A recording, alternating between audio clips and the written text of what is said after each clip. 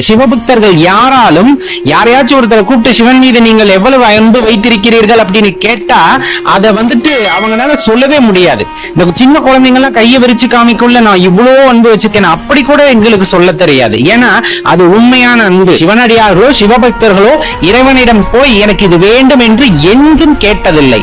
மாறாக எல்லாமே உன் செயல், நீ பார்த்து என் வாழ்க்கையை நடத்திவை என்று முழுமையா சரணடைந்து விடுகிறார்கள். அதனால்தான் சிவபக்தர்களும் சிவனடியார்கள் உள்ளுக்குள் உச்சகட்ட ஆனந்தத்தில் இருப்பார்கள் அப்படிங்கிறது அவர்களுக்கு மட்டுமே தெரிந்த விஷயம்.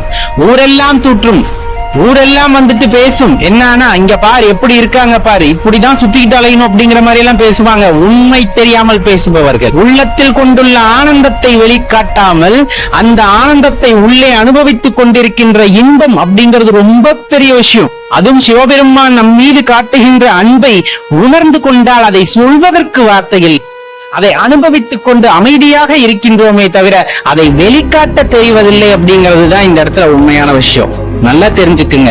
நாம் இறைவன் மீது வைக்கின்ற அன்பிற்கும் எல்லை கிடையாது. அதே போல இறைவன் நம் மீது வைத்திருக்கின்ற அன்பிற்கும் எல்லை கிடையாது.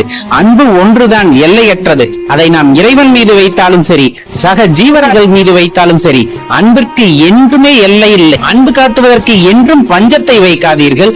மற்றவர்கள் மீது அந்த உண்மையான அன்பை வைக்கும் பொழுது கட்டாயமாக எல்லா உயிர்களிலும் நம்மால் இறைவனை காண முடியும், அந்த சிவபெருமானை காண முடியும்.